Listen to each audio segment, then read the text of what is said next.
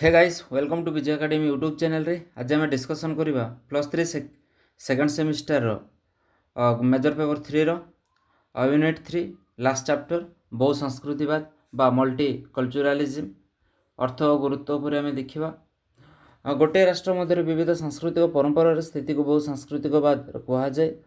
राष्ट्र रही प्राथमिक प्राकृतिक तथा मौलिक सांस्कृतिक संप्रदाय बा गोष्ठी वैदेशिक सांस्कृतिक गोष्ठी अवस्थान ये परिस्थिति सृष्टि होता है।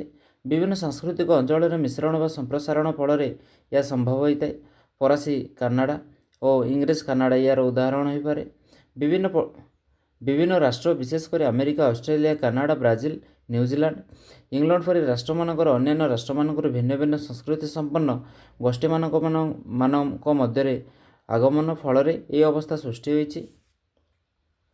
बहु संस्कृतिवाद विभिन्न संस्कृति प्रति सम्मान दाबी करिपारे किंबा सांस्कृतिक विविधतार संरक्षण पर लक्ष्य रखिपारे। जेतेबेले बहु संस्कृतिवाद विभिन्न संस्कृतिर स्वतंत्रता वैशिष्ट्य गुड़िकर संरक्षण रखिबार सहायता दिए सेतेबेले ता सामाजिक संहति बा सोशल इंटीग्रेशन सांस्कृतिक एकीकरण कल्चरल आसिमिलेशन एवं जातिगत पृथकीकरण रेसियल जातिगत पृथकीकरण पर सिद्धांत तुलनात्मक भाव विश्लेषण होता है। बहु संस्कृतिवाद एक सालाड पात्र सांस्कृतिक मिजाइल बा कल्चरल मिजाइल बोली वर्णना करा जाए। विभिन्न सरकारी कार्यक्रम एवं योजनार दुईटी परस्पर विरोधी आभिमुख्य ग्रहण करा जाए। प्रथमतः विभिन्न संस्कृति मध्य आंत संपर्क जग जग प्रतिष्ठा करा जाए जहाँ आंत सांस्कृतिकवाद बा इंटर कल्चरलिज्म नाम परिचित। द्वितीयतः विभिन्न संस्कृतिर स्वतंत्र स्थिति और संस्कृतिर स्वतंत्र स्थिति और वैशिष्ट्य उपर गुरुत्व दि जाए जहाँ आंत सांस्कृतिक द्वंद्व प्रतियोगिता सृष्टि करें। सांस्कृतिक एकाकित्व बा कल्चरल आइसोलेशन राष्ट्र एक राष्ट्र आंचलिक स्थितिर संरक्षण करें एवं विश्वर सांस्कृतिक विविधता प्रति निजर अवदान को साब्यस्त करें। किंतु बहु संस्कृतिवाद कौन से एक निर्दिष्ट अंचल को केंद्रीय गुरुत्व दिज्वा उचित नुहे। बहु संस्कृतिवाद परिचय राजनीति पार्थक्यगत राजनीति एवं स्वीकृतिगत राजनीति बा पॉलिटिक्स रिकग्नाइज सुसंयोजित अटे। या आफ्रिकीय अमेरिका परि सुविधा सुजोग वंचित गोष्ठी भिन्नक्षम गोष्ठी इत्यादि स्वार्थ रक्षा क्षेत्र में व्यवहृत होउछि। वर्तमान एक बहुलवादी समाज बा प्लुराल सोसाइटी रे विभिन्न धर्म भाषा आंचलिक जातिगत संप्रदाय मानव गोष्ठी बसवास करुचंती। या समाजर विभिन्न सांस्कृतिक परंपरा परस्पर प्रति सहनशील हो सम्मान प्रदर्शन कर अवस्थान करितांती। ऐतिहासिक परंपरा सामाजिक संपर्कर भित्ति उपर प्रतिष्ठित। या सांस्कृतिक विविधता बहु संस्कृतिवाद मध्य निजर प्रकृत एवं स्थिति को प्रतिपादन करें। ग्रीक नगर राज्य मानकर विभिन्न परंपरा लिपि संकेत और परिस्थिति संकेत और परिचिति रही थिला। ऑटोमन साम्राज्यर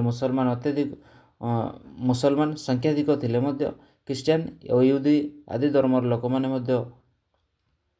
एकत्र बसवास करते। एकविंश शताब्दीर सांस्कृतिक विविधता प्रत्येक समाज विशेषत्व परिणत होइछि। गोटे राष्ट्र विदेशी माने नागरिक बा देशीय लोक सहित समान सामाजिक संपर्क आंत संपर्क प्रतिष्ठा करुचंती।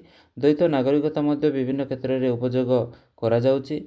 भारत कानाडा अमेरिका इंग्लैंड चीन प्रभृति राष्ट्र बहुलवादी राष्ट्र हिसाब से बहु संस्कृतिवाद को प्रोत्साहन देउचंती।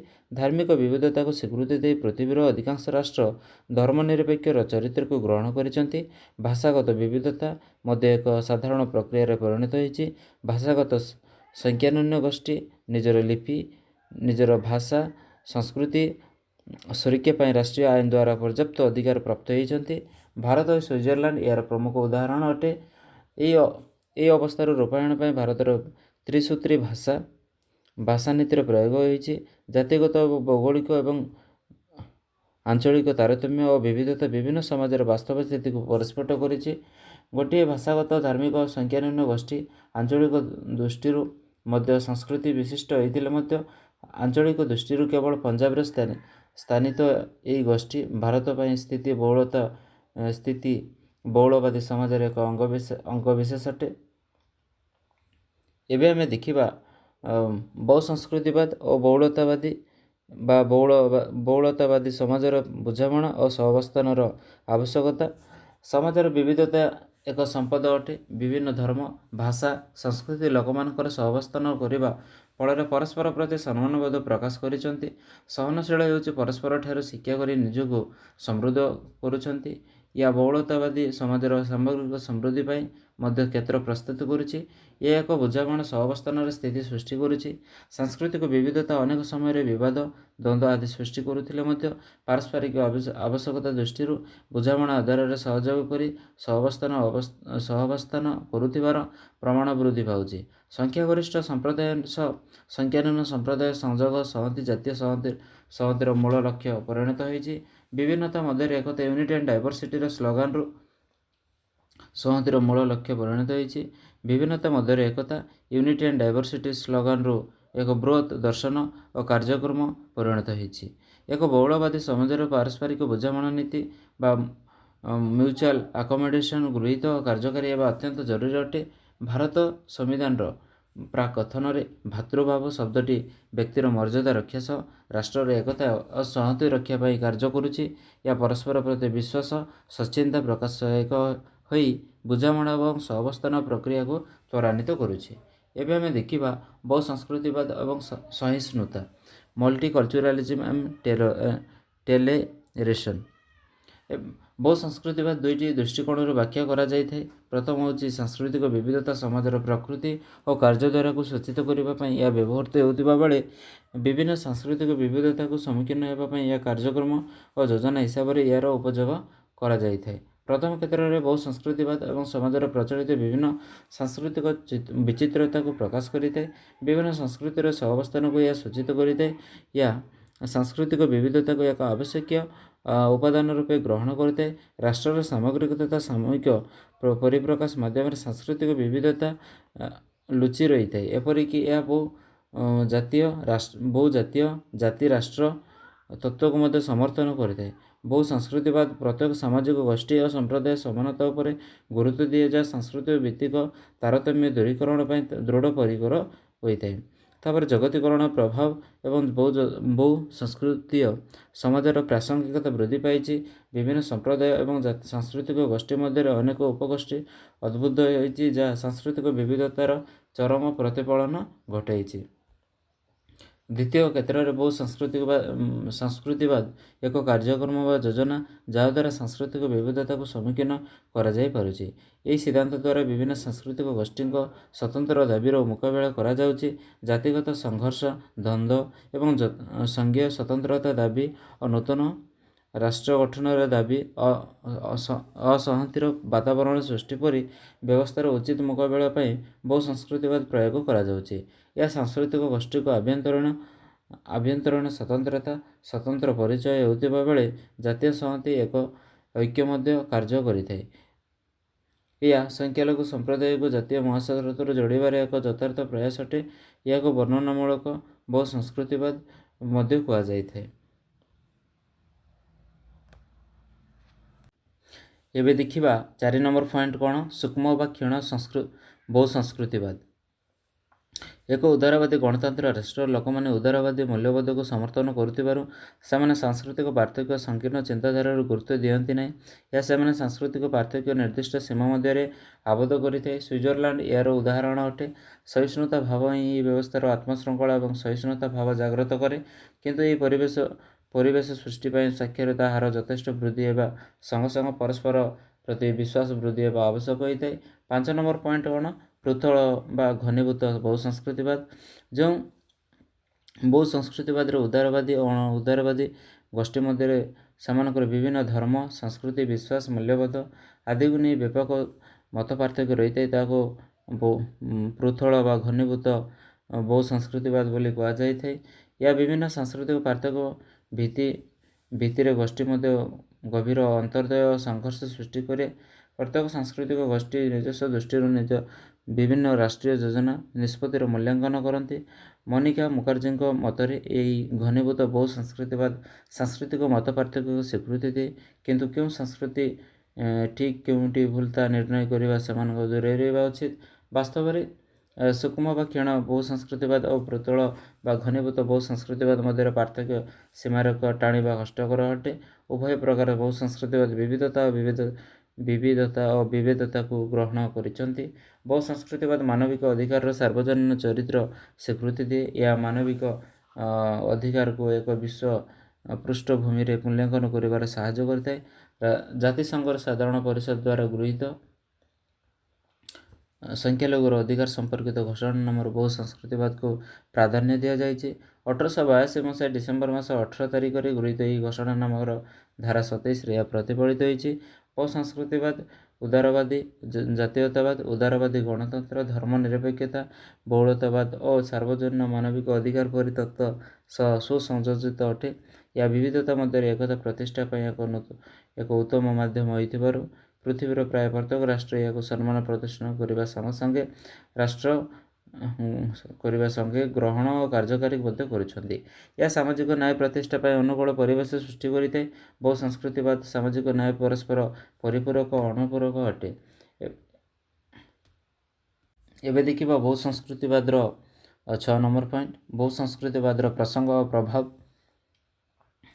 ମଲ୍ଟିକଲଚରାଲିଜମ ଇସ୍ୟୁ ଆଣ୍ଡ ଇମ୍ପାକ୍ଟ।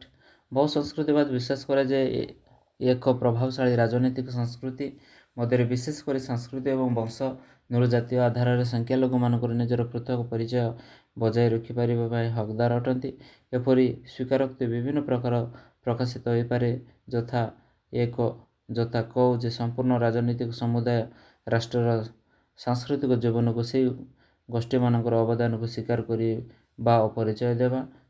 2 ହେଉଛି କେତେକ ସାଂସ୍କୃତିକ ଗୋଷ୍ଠୀ ଓ ବର୍ଗମାନଙ୍କୁ ଦେଶର ଆଇନ ଅଧୀନରେ ସ୍ୱତନ୍ତ୍ର ସୁରକ୍ଷା ପ୍ରଦାନ ଦେବା ହେଉଥିବା ଦାବିକୁ ମାନିନେବା। 3 କେତେକ ସାଂସ୍କୃତିକ ଗୋଷ୍ଠୀମାନଙ୍କୁ ସ୍ୱତନ୍ତ୍ର ଶାସନ ଅଧିକାର ପ୍ରଦାନ। ଆଉ 4 ହେଉଛି ଏମାନଙ୍କ ମଧ୍ୟରୁ ପ୍ରତ୍ୟେକଙ୍କ ପରିଚୟ ରାଜନୀତି ସହ ଯୋଡ଼ିବା ଇତ୍ୟାଦି। ଆଧୁନିକ ଗଣତନ୍ତ୍ରମାନଙ୍କରେ ସାଂସ୍କୃତିକ ବହୁଳତାବାଦ ବା ସାଂସ୍କୃତିକ ବିବିଧତା କଲଚରାଲ ଡାଇଭର୍ସିଟିର ଜବାବ ହେଉଛି ବହୁ ସଂସ୍କୃତିବାଦ, ଯାହା ଅତୀତର ବର୍ଜିତ ବା ବହିଷ୍କୃତ ପକ୍ଷପାତ ବା ଅତ୍ୟାଚାରର ଶିକାର ହୋଇଥିବା ସାଂସ୍କୃତିକ ଗୋଷ୍ଠୀମାନଙ୍କର କ୍ଷତିପୂରଣ ଏକ ସ୍ୱରୂପ ବି। ରାଷ୍ଟ୍ର ଓ ରାଜନୈତିକ ସଂସ୍କୃତିର ପ୍ରଭାବଶାଳୀ ମୁଖଦ୍ୱାରା ସେମାନେ ସାମିଲ କରିବା ପାଇଁ ହେଉଥିବା ଦାବିକୁ ପ୍ରତ୍ୟାଖ୍ୟାନ କରି ସେମାନଙ୍କ ପ୍ରତ୍ୟେକ ସଂସ୍କୃତିର ସମାନ ସୁରକ୍ଷା ଦେବା ସହ ବଜାୟ ରଖିବା। ସେମାନେ ବିଭିନ୍ନ ମତ ଅବଦାନକୁ ସମ୍ମାନର ସହ ଅନ୍ତର୍ଭୁକ୍ତ କରିବା ହେଉଛି ବହୁ ସଂସ୍କୃତିବାଦର ବିଶେଷତ୍ୱ। ବହୁ ସଂସ୍କୃତିବାଦ ଉତ୍ଥାପନ କରିଥିବା ବିଭିନ୍ନ ପ୍ରସଙ୍ଗ ଏବଂ ତା'ର ବିଭିନ୍ନ ପ୍ରଭାବ ଗୁଡ଼ିକ ନିମ୍ନରେ ପ୍ରଦାନ କରାଗଲା। ପ୍ରଥମ ପଏଣ୍ଟ କ'ଣ? ଉଦାରବାଦୀ ଗଣତନ୍ତ୍ର ପ୍ରତି ଆହ୍ୱାନ। ବହୁ ସଂସ୍କୃତିବାଦ ପାରମ୍ପରିକ ଓ ଉଦାରବାଦୀ ଗଣତନ୍ତ୍ର ଏକ ବଡ଼ ଆହ୍ୱାନ ଅଟେ। ଉଦାରବାଦୀ ଗଣତନ୍ତ୍ରରେ ସାମାଜିକ, ସାଂସ୍କୃତିକ, ରାଜନୈତିକ, ଅର୍ଥନୈତିକ ସ୍ଥିତି ଓ ପରିଚୟ ନିର୍ବିଶେଷରେ ସମସ୍ତ ନାଗରିକ ଆଗରେ ସମାନ ବିବେଚନା ହୁଅନ୍ତି। ଉଦାରବାଦୀ ଗଣତନ୍ତ୍ର সকଳ ନାଗରିକଙ୍କର ଗୋଟିଏ ସାଧାରଣ ଛାଞ୍ଚରେ ପକାଇ ସେମାନଙ୍କୁ ଗୋଟିଏ ସାଧାରଣ ବା ସମୂହ ରାଜନୈତିକ ସଂସ୍କୃତି common and collective political cultural ସହିତ ମିଶି କରାଇ ସେମାନଙ୍କୁ ସେହି ଧାରାରେ ଅଭ୍ୟସ୍ତ କରାଯାଏ। ଏହା ସାଧାରଣ ବିବିଧତାର ସୁରକ୍ଷା ଦିଏ ନାହିଁ। ଉଦାରବାଦୀ ଗଣତନ୍ତ୍ର ମୌଳିକ ଆନୁଷ୍ଠାନିକ ସମାନତାରେ ସେ ବିଶ୍ୱାସ କରୁଥିବା ବେଳେ ବହୁ ସଂସ୍କୃତିବାଦ ମୌଳିକ ଅସମାନତାକୁ ସ୍ୱୀକାର ଓ ସମ୍ମାନ କରିବା ଉପରେ ଜୋର ଦେଇଥାଏ। ଉଦାରବାଦୀ ଗଣତନ୍ତ୍ର ମିଶ୍ରଣରେ ବିଶ୍ୱାସ କରୁଥିବା ବେଳେ ବହୁ ସଂସ୍କୃତିବାଦ ବିଭିନ୍ନତା ଓ ସ୍ୱତନ୍ତ୍ରତାରେ ବିଶ୍ୱାସ କରିଥାଏ। ଏଣୁ ଉଭୟଙ୍କ ମଧ୍ୟରେ ବିବାଦ ଦେଖାଯାଏ ଏବଂ ଆହ୍ୱାନ ସୃଷ୍ଟି ହୋଇଥାଏ। 2 ନମ୍ବର ପଏଣ୍ଟ ହେଉଛି ଶିକ୍ଷା ଉପରେ ପ୍ରଭାବ। ବହୁ ସଂସ୍କୃତିବାଦ ସାମାଜିକ ରାଜନୈତିକ କ୍ଷେତ୍ରରେ କିପରି ପ୍ରଭାବ ପକାଉଛି ତା'ର ଏକ ଜ୍ୱଳନ୍ତ ଉଦାହରଣ ହେଉଛି ଶିକ୍ଷା କ୍ଷେତ୍ରରେ ପାଠ୍ୟ ଘୋଷଣା ବା ପାଠ୍ୟ ବିଷୟବସ୍ତୁର ପରିବର୍ତ୍ତନ। ବିଶ୍ୱରେ ବିଶେଷ କରି ୟୁରୋପ ଓ ଉତ୍ତର ଆମେରିକାର ବିଂଶ ଶତାବ୍ଦୀର ଶେଷ ଭାଗରେ ପାଶ୍ଚାତ୍ୟ ଶୈକ୍ଷିକ ତଥା ଅନ୍ୟ ଆଇନଗୁଡ଼ିକ ପରିବର୍ତ୍ତନ କରାଯାଇ ପ୍ରାଥମିକ ଶିକ୍ଷାରୁ ଆରମ୍ଭ କରି ବିଶ୍ୱବିଦ୍ୟାଳୟରେ ଶିକ୍ଷା ପର୍ଯ୍ୟନ୍ତ ପାଠ୍ୟ ଘୋଷଣା ବା ପାଠ୍ୟ ବିଷୟବସ୍ତୁକୁ ପରିବର୍ତ୍ତନ କରାଗଲା ଏବଂ ସଂଖ୍ୟାଲଘୁ ଅବହେଳିତ ସାଂସ୍କୃତିକ ଗୋଷ୍ଠୀକୁ ଅବଦାନ ଅନ୍ତର୍ଭୁକ୍ତ କରାଗଲା। ଏହାଦ୍ୱାରା ପୂର୍ବରୁ ପ୍ରଚଳିତ ହୋଇ ଆସୁଥିବା ଏହି ମିଥ୍ୟା ଧାରଣାକୁ ପରିବର୍ତ୍ତନ କରାଗଲା ଯେ ୟୁରୋପ କେନ୍ଦ୍ରିକ ସମସ୍ତ ଧାରଣା ବା ବିଷୟ ଠିକ୍ ଓ ଭଲ ଏବଂ ଅନ୍ୟ ସବୁ ଭୁଲ ବା ଖରାପ। ୟୁରୋପର ଶ୍ଵେତ ଉପନିବେଶ ଶକ୍ତିମାନେ ହ୍ୱାଇଟ୍ ୟୁରୋପିଆନ୍ କଲୋରିଆଲ ପାୱାର କେବଳ ସମସ୍ତ ଅବଦାନ ଦେଇଛନ୍ତି ବୋଲି ଭୁଲ ଧାରଣାକୁ ବାଦ ଦେଇ ଦେଶୀୟ ଲୋକ ଇଣ୍ଡିଜିୟସ୍ ପିପୁଲ୍ ଅଣଶ୍ଵେତାଙ୍ଗ ଲୋକ ପିପୁଲ୍ ଅଫ୍ କଲର୍ର ଅବଦାନ ମଧ୍ୟ ସ୍ଥାନିତ କରାଗଲା। 3 ନମ୍ବର ପଏଣ୍ଟ ହେଉଛି ବହୁ ସଂସ୍କୃତିବାଦ ପ୍ରତି ଆହ୍ୱାନ। ବହୁ ସଂସ୍କୃତିବାଦ ବିରୋଧରେ ଦୁଇଟି ପ୍ରାଥମିକ ଆପତ୍ତି ଅଭିଯୋଗ ରହିଛି। ଗୋଟିଏ ହେଉଛି ଯେ ଏହା କେତେକ ଗୋଷ୍ଠୀ ଓ ବିଶେଷ କରି ସଂଖ୍ୟାଲଘୁମାନଙ୍କ ସ୍ୱାର୍ଥକୁ ପ୍ରାଧାନ୍ୟ ଦେଇ ରାଷ୍ଟ୍ର ବା ରାଜନୈତିକ ବୃହତ୍ତର ସାଧାରଣ ସ୍ୱାର୍ଥକୁ ଅଣଦେଖା କରେ ବା ଦବାଇ ଦେବାକୁ ଚେଷ୍ଟା କରେ। ଯେତେବେଳେ ଲୋକମାନେ ନିଜକୁ ଏକ ନିର୍ଦ୍ଦିଷ୍ଟ ତଥା ସାଧାରଣ ରାଷ୍ଟ୍ରର ନାଗରିକ ରୂପରେ ପରିଣତ ନ କରାଇ ବିଭିନ୍ନ ବିଂଶ ଜାତି ସଂସ୍କୃତି ଆଧାରରେ ପରିଣତ ହେବାକୁ ଚେଷ୍ଟା କରନ୍ତି, ସେତେବେଳେ ଜାତୀୟ ଐକ୍ୟ ବା ନ୍ୟାସନାଲ ୟୁନିଟି ବିପନ୍ନ ହେବ, ଅସମ୍ଭବ ବୋଲି ହୋଇପାରେ। ଅନ୍ୟଟି ହେଲା ଯେ ବହୁ ସଂସ୍କୃତିବାଦ ସମାନ ବ୍ୟକ୍ତିଗତ ଅଧିକାର ଇକ୍ୱାଲ ଇଣ୍ଡିଭିଜୁଆଲ ରାଇଟ୍ସକୁ ଦବାଇ ଦେବ ବା ଅଣଦେଖା କରି ସମାନ ବ୍ୟବହାର ସମାନ ଉପଚାର ରୂପକ ରାଜନୈତିକ ମୂଲ୍ୟବୋଧକୁ ଦୁର୍ବଳ କରିଦିଏ। ଅନ୍ୟ ଏକ ଆହ୍ୱାନ ହେଉଛି ସଂଖ୍ୟାଲଘୁ ସଂସ୍କୃତିଗୁଡ଼ିକ ନିଜ ନିଜର ପ୍ରାଧାନ୍ୟ ବିସ୍ତାର ତଥା ଦେଶର ମୁଖ୍ୟ ପ୍ରଭାବଶାଳୀ ସଂସ୍କୃତି ହେବା ପାଇଁ ଏକ ସୁସ୍ଥ ଓ ଅବାଞ୍ଛିତ ପ୍ରତିଯୋଗିତାର ମାତି ପାରନ୍ତି। କେଉଁ ସଂସ୍କୃତିକୁ ସ୍ୱୀକୃତି ଦିଆଯିବ ତାହା ବି ଏକ ପ୍ରଶ୍ନବାଚୀ ସୃଷ୍ଟି କରିବ। ବହୁ ସାଂସ୍କୃତିକ ରାଜନୀତି ବହୁ ସାଂସ୍କୃତିକ ପରିଚୟ ରାଜନୀତି ଆଇଡେଣ୍ଟିଟି ପଲିଟିକ୍ସ ସହିତ ଘନିଷ୍ଠ ଭାବରେ ଜଡ଼ିତ। ପରିଚୟ ରାଜନୀତି ହେଉଛି ରାଜନୈତିକ ସାମାଜିକ ଆନ୍ଦୋଳନ ସମୂଳ ପଲିଟିକାଲ ଆଣ୍ଡ ସୋସିଆଲ ଡେଭଲପମେଣ୍ଟ ଯେଉଁମାନଙ୍କର ଗଠନ ଓ ମୁଖ୍ୟ ରାଜନୈତିକ କାର୍ଯ୍ୟକଳାପ ମୂଳରେ ରହିଛି ସେମାନଙ୍କର ଗୋଷ୍ଠୀ ପରିଚୟ ଗ୍ରୁପ ଆଇଡେଣ୍ଟିଟି। ସେହି ଆନ୍ଦୋଳନଗୁଡ଼ିକ ନିଜର ଗୋଷ୍ଠୀ ସଦସ୍ୟମାନଙ୍କର ସ୍ୱାର୍ଥ ସୁରକ୍ଷା ସମ୍ପ୍ରସାରଣ ନିମନ୍ତେ ସର୍ବସାଧାରଣ ସ୍ତରରେ ପବ୍ଲିକ୍ ସ୍ପେୟାର ପ୍ରସଙ୍ଗଗୁଡ଼ିକୁ ଜୋର ଦେଇ ଉପସ୍ଥାପନ କରନ୍ତି। ଏହା ମୂଳରେ ଥିବା ଧାରଣାଟି ହେଉଛି ଅତୀତର ଅସମାନତାକୁ ସ୍ୱୀକାର କରିବା, ସେଗୁଡ଼ିକର ପ୍ରତିକାର କରିବା ସହିତ କରିବା ଜନିତ ସାଧାରଣ ଦାବି। 5 ନମ୍ବର ପଏଣ୍ଟ ହେଉଛି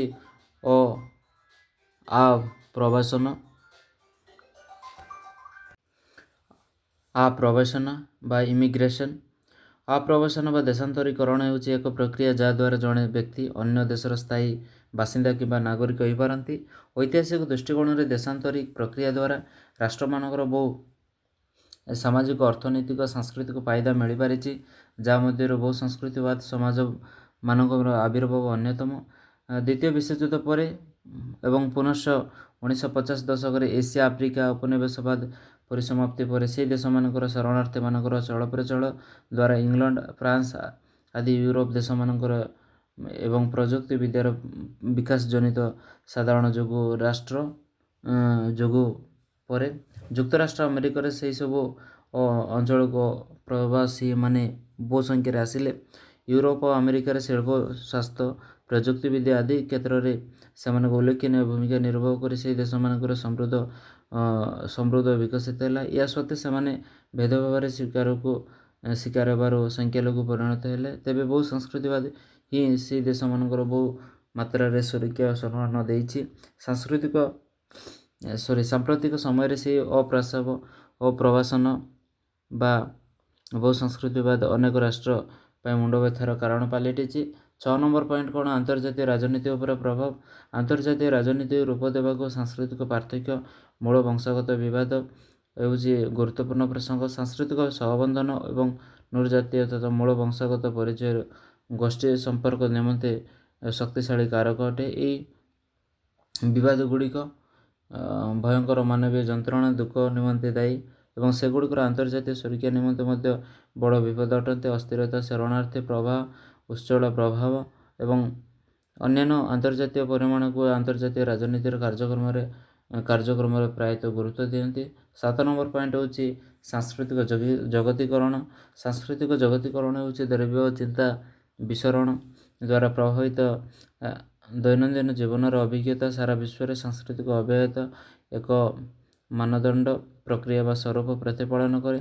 ସଂସ୍କୃତି ଜଗତୀକରଣ ସାଂସ୍କୃତିକ ସାଦୃଶ୍ୟ ଆଡ଼କୁ ପ୍ରବାହମାନ ଧାରା ଯାହା ବିଶ୍ୱର ସବୁଠି ମାନବ ଅଭିଜ୍ଞତାକୁ ବସ୍ତୁତଃ ସମାନ ହେବାକୁ ପ୍ରୟାସ କରେ ତେବେ ଏହା ଏକ ବିଶ୍ୱ ସଂସ୍କୃତି ସୃଷ୍ଟି କରିବାର ବହୁ ଦୂରରେ।